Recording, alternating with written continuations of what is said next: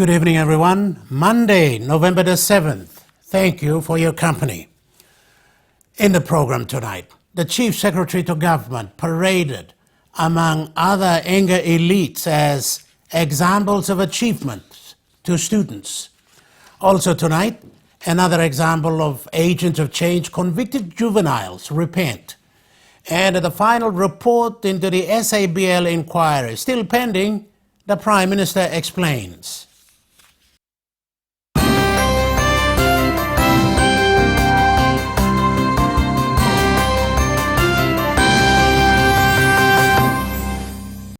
A rare event.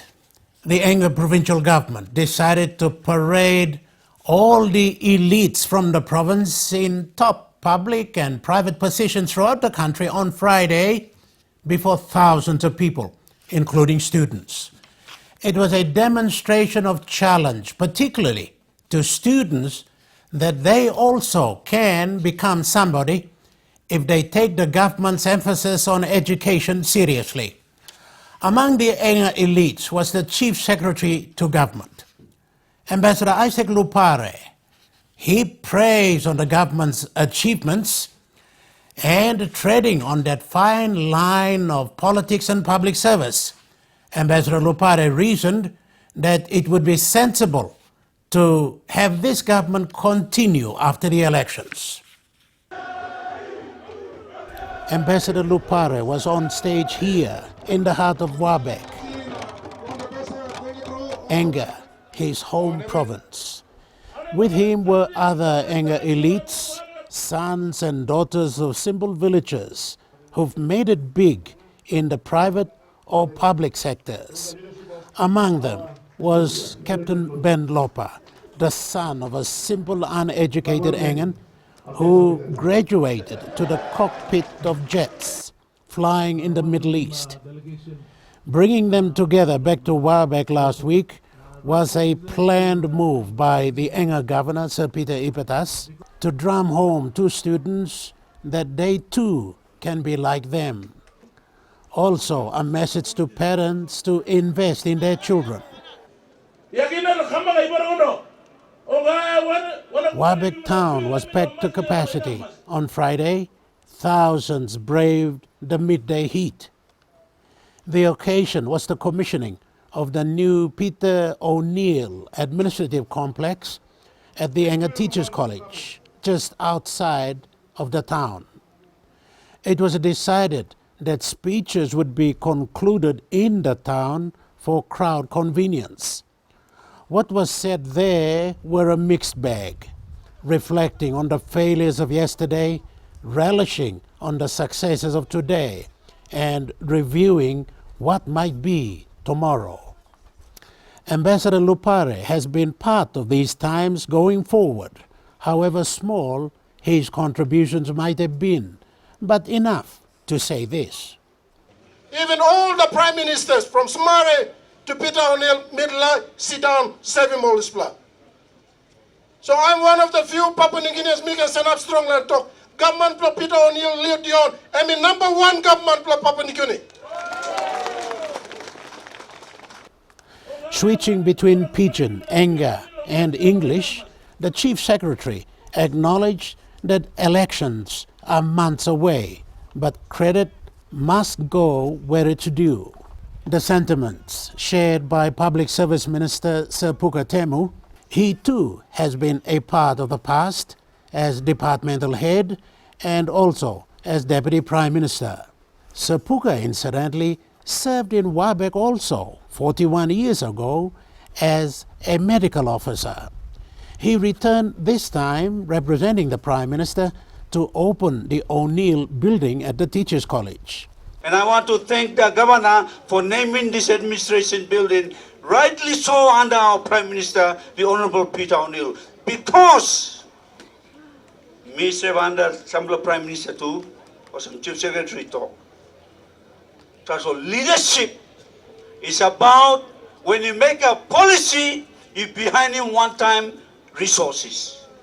Prime Minister work in this plan.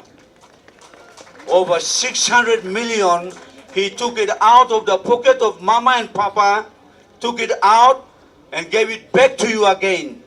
Former prime ministers, former governments, they were taking 600 million away from you. Now Peter O'Neill and put him back in the pocket of mama and papa tete.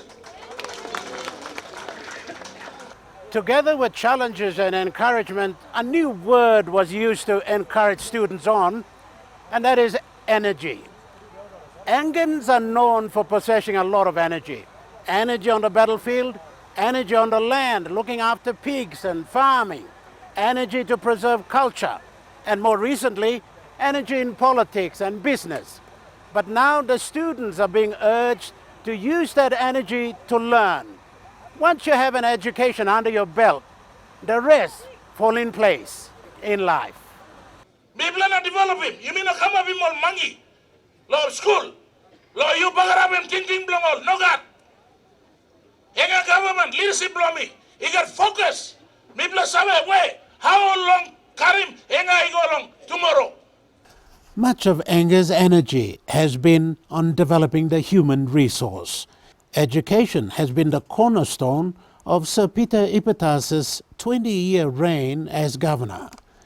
His provincial government's free education policy, a humble initiative back in 1987, has surpassed all.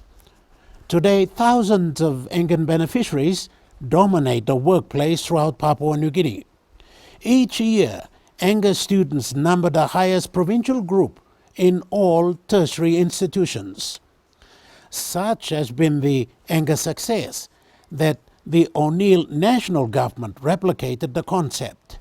Its tuition fee-free education is now a popular policy.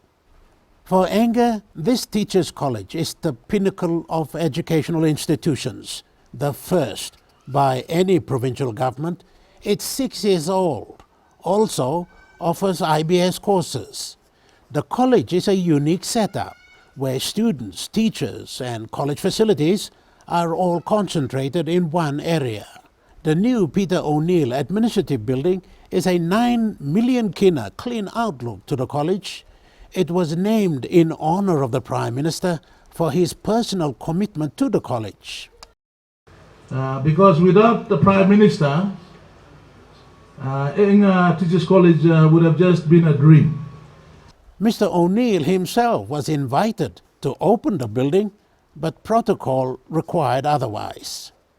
To take this scissors and officially cut the ribbon and to declare the Peter O'Neill building open.